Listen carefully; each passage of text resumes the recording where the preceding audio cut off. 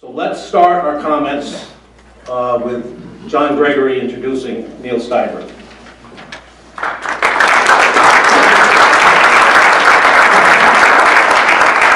on what Pat just told you, I'll start my remarks with in conclusion. I didn't realize he was one of the keynotes. But,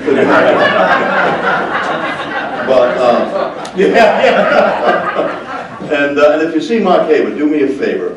Don't let him know that it was Cap and I, because you know how Mark is. He said, yeah, it took 2 people to replace me. Right? So, but anyway, we're pleased that we're here today, and I'm not going to get into too much of it, because Cap, I think, did an excellent job in explaining why we're here and what's going to happen. But one interesting thing that does happen is not only the recommendations that come out of this committee are listened to by the General Assembly, but by other business groups throughout the state, whether it be chambers of commerce, or again, we have a lot of the members of the Rhode Island Business Coalition here today. So one of the things that makes it great is we develop pretty much a common agenda. So there is, where it might not be the most formalized voice for business at the State House, I think they keep hearing a lot of the same issues coming from different places, and I think that's very, very important to all of us. And as hard as we work on a lot of different issues, every so often, something just pops up. And that's what just happened this past fall, when the test scores came out. And for those of you who know Neil Steinberg, Neil's passion for the state of Rhode Island and making sure that all Rhode Islanders have an equal opportunity is unmatched in this state.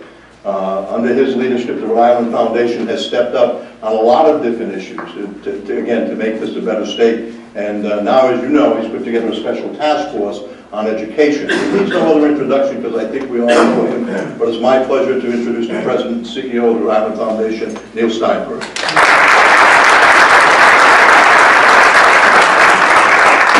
It's great to be here. This is a group I feel very comfortable with. I'm still an old banker when I wake up every morning, and I love coming here. When I was asked to do this, I was very quick to say yes. What I didn't know is that I was going to follow these 2 guys and be the warm-up act for these 2 guys. A little imposing, but I'll do my best. So, yeah, I'm here to talk about public education, K through 12 public education. And if you'll bear with me for a minute, as a warm-up, I'm going to read something to you and see if it resonates. Rhode Island and the nation are faced with a serious crisis that is not well understood by the general public, nor by many leaders in the public and private sectors. Simply stated, this crisis can be summarized as follows. The public education system is failing to provide its students with the knowledge and skills necessary for them to be productive, informed citizens in coming decades. The prospects of an undereducated citizenry unable to understand or cope with issues arising in the management of the country and the state should alarm everyone.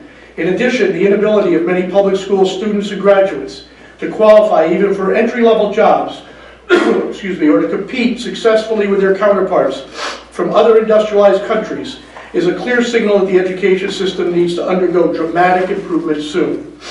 Further, the future trends in the workforce will exacerbate the severity of the problems if corrections are not undertaken immediately. The number of workers will fall, the average age of workers will rise. More women will be on the job, 1/3 of new workers will be minorities, there will be more immigrants than any time since World War II. Most new jobs will be in services and information, and the new jobs will require higher skills. The implications of this crisis are so serious that Rhode Island must change its priorities, putting public education reform at or near the top of its agenda.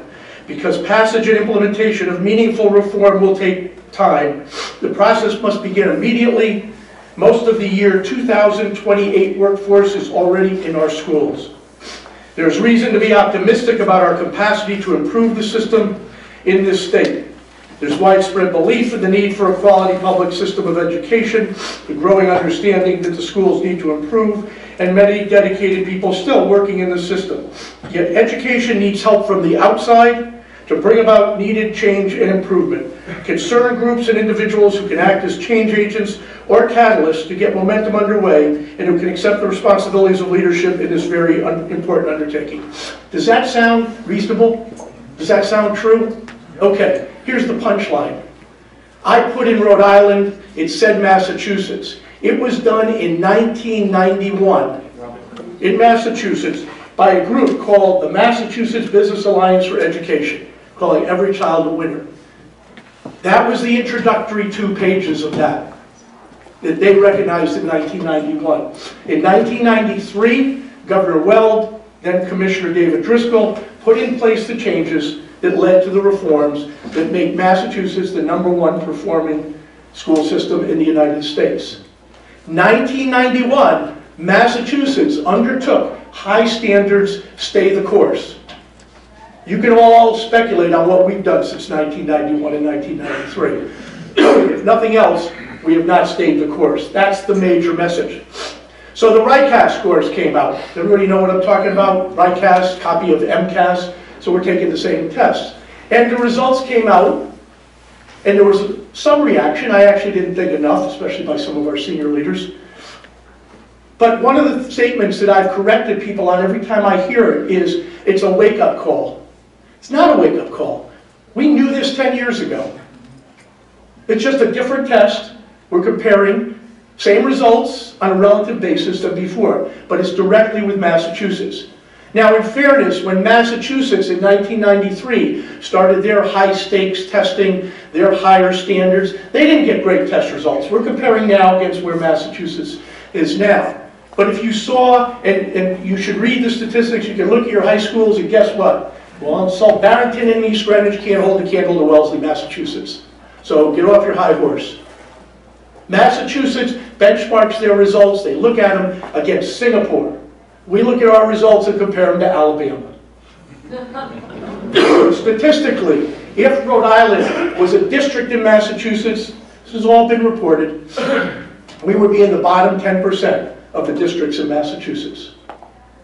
Now, this is Massachusetts. It's not Arizona, it's not Texas, it's not California, it's not New York. It's a state that looks a lot like us. And you can tell me all the differences and stuff. I've heard Massachusetts described as Boston and Cambridge surrounded by 7 Rhode Islands. Okay, because when you get to Lawrence and Springfield, it's pretty tough. But we need to do something about it if we want to see improvement. So, I actually got to meet, it was here at Bryan, at Haskell Institute, 6 months, 7 months ago, David Driscoll. Dr. David Driscoll was the Commissioner of Education in Massachusetts from '93 to 2002. He wrote a book. I've got 3 copies with me, so I can get one afterwards. Commitment and Common Sense, Leading Education Reform in Massachusetts. We decided, we did an op-ed that said, we need long-term planning in this state. Healthcare and education. I'm going to talk about education. And what does that mean? I don't remember exactly the Yogi Berra thing. Before you can figure out how to get somewhere, you need to go where you're going and know where you're going. But that's it. What's our vision? What do we want to be? Do we want to be a mediocre state for the rest of our eternity? Have you struggled for employees? Not be able to get kids into Bryant University, where they don't accept most of the kids from Rhode Island? No, I don't think we do. But we've got to get beyond this laissez-faire, incremental change, flavor of the moment change. You want to put computers in every classroom, wonderful. If the kids can't read, it doesn't do them any good. If we're not providing the basic tools for all kids, not leave anybody behind. There's only 2 populations growing in this state.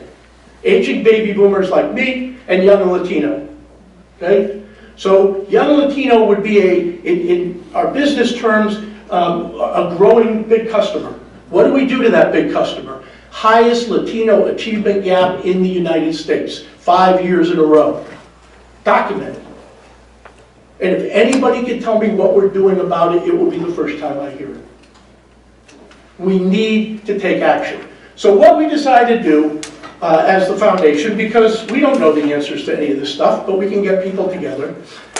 And in the absence of other leadership, looking long-term, I emphasize the long-term, because this is stay the course mantra. We put a group together, I'll detail the group. We started meeting, got 2 meetings, we're going to have maybe 6, we'll be done by June. What's the vision for education in Rhode Island 10 years down the road? And what are the top 5 or 6 big themes we need to do? Not a 250-page shelf document that we've seen before. Something that we can galvanize. Now, when you talk to David Driscoll about Massachusetts, and what one of the keys was to their implementation, it was the support of the business community. It was the support of the business community. Pounding on the table, telling the leaders that we need to do better in education. But that vision, we have the opportunity to say we want to be best in class. I would say that if we had top 5 education outcomes in the United States, if we had affordable and accessible, top-notch healthcare for all of our residents in the state, we would not need to do these wacky incentives to pay companies to come here. Brian Golder, who's the CEO of Hasbro, told me face-to-face that half of his employees in Pawtucket live in Massachusetts because of the schools. I saw the governor a few weeks ago, right after the scores came out, decided to be a wise guy, and I said, Governor, you know who the busiest person today is? It's a real estate broker in Seacon, Massachusetts, with the best line around. Move 10 miles, improve your kids' education. We remember when it was Taxachusetts, early in my career. It ain't so anymore. And it's not just that Cambridge has got high-tech companies. That is not it. They had the guts to go in and take over the schools in Lawrence, Mass, and turn the schools around. That's what they did. Massachusetts took over 7 years ago, intervened, Lawrence, Massachusetts, put somebody in there, he worked with all the teacher stuff, improved the scores considerably. His name is Jeff Riley, he is now the Commissioner of Education in Massachusetts. If we're going to change every 3 years, if we're going to worry about who gets a diploma and not without having to work for it, I'll give you a hint. You want to find out how good your high school is? Go talk to college admissions officers. Okay? There are schools around this state that certain colleges will not recruit at. And the 4.0 here and the 4.0 over there aren't the same. And they know it. So you can give everybody, we can give everybody we want that piece of paper to walk across the stage. You won't hire them and they can't get into college. And where are we?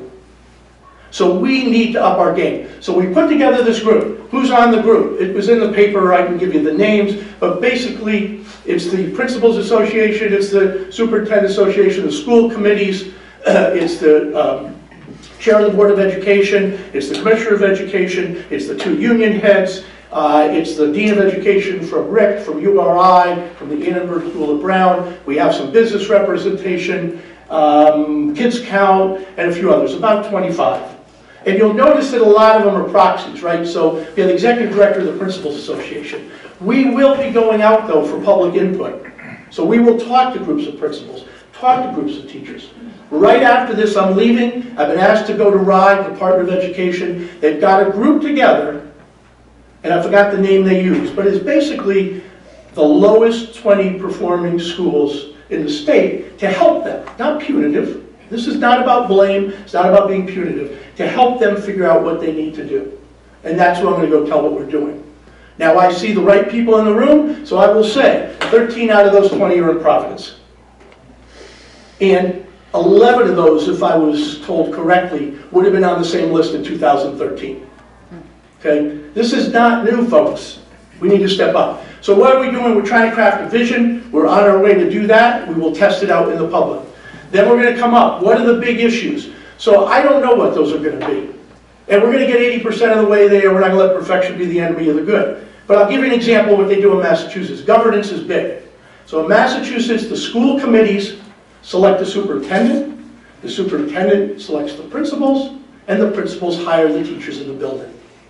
We do not have that site-based management. We have school committees that are hiring the assistant volleyball coach who's related to so-and-so.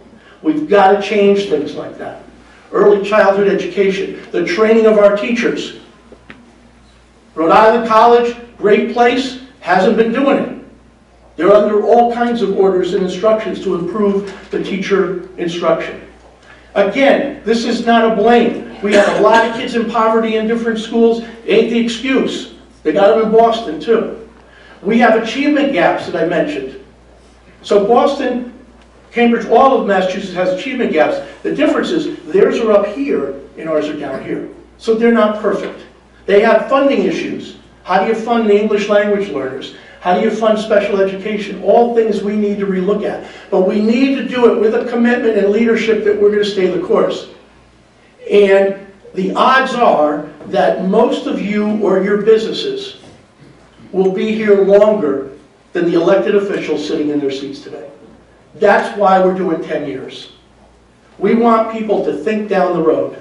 We're not going to get in the way of things that are being done now. Things will happen, things will be done. But it needs to be comprehensive and we need to do it. So my request is that I got the opportunity and the privilege to talk to you first to say, I think this is the most important topic. I want you to leave remembering this topic. And when the Speaker and the Senate President, both of whom I have briefed on this, both very open and both who have been very public in their unhappiness and outrage on these results, to reinforce with them that once we determine collectively, as I said, we're going to get public input. We're going to wrap this up in May or June. They're not public meetings because we don't have to do that. We don't have elected officials sitting there, but we report to elected officials. And we will come out and talk to anybody. I'm going to talk to as many business groups as I can. The guy who was led it from the business community, who Cap said he knew way back when, was a guy named Jack Rennie. And Jack Rennie, and it's in this book, when he convened the group to work on education reform, he used the expression that everybody's got to give a little, everybody's got to take a little castor oil. So if you're under 40, you don't know what that is. When we had our first meeting 2 months ago of this group, the night before I went to CVS, and lo and behold, they still have castor oil. I came in with a big spoon and a big bottle, because that's what we need. In this day, when it's hard to compromise, when it's hard to get people to agree, everybody, our two requirements when people join this group is to think long-term and leave your stripes at the door. Leave your stripes at the door. And I've heard the complaint. I get calls every day. Most of them are very helpful. It's a 77-year-old retired teacher from West Warwick telling me what she did. But I get the, hey, you got the same people around the room that got you there, got us into this situation. How are they going to make change? Well, guess what? They're still in charge. So if we can't get them to do it, but we need to do it. We need to talk to the younger groups of educators of color. We need to talk to the students, which we will do. We need to get out and hear parents' voice. But we can't key in on, I don't have enough construction paper in my daughter's 3rd grade class. I get it. That's something that you hear locally. There's a lot of things like that. We need to aim high, or not. Some of us are running out of time. If the answer is, we don't have the will to do this, this is the best you can do, we're never going to be that good, then just let's all call it a day, and that's it, and that's who we are. And then you'll see the further migration that is happening as we speak, people going out the door in Rhode Island. Forget about who graduates from college and keeping them here. We will lose people that are taking their kids to go to K through 12. It can be done though. So again, it's not a blame game. It is not impossible to do. There are templates to do it, but we have to have the guts to aim high, high standards, and stay the course. So I ask for your help. I ask for your input. Call me. I'm easily accessible through the foundation. Send me an email, suggestions, involvement. But we're going to come back at the end and ask everybody to step up to the plate. And again, I urge you, and I see some of the staff here, to tell the Speaker, tell the Senate President at the end of the day that this is important, and more than that, that you stand behind it. Thank you. Sorry. We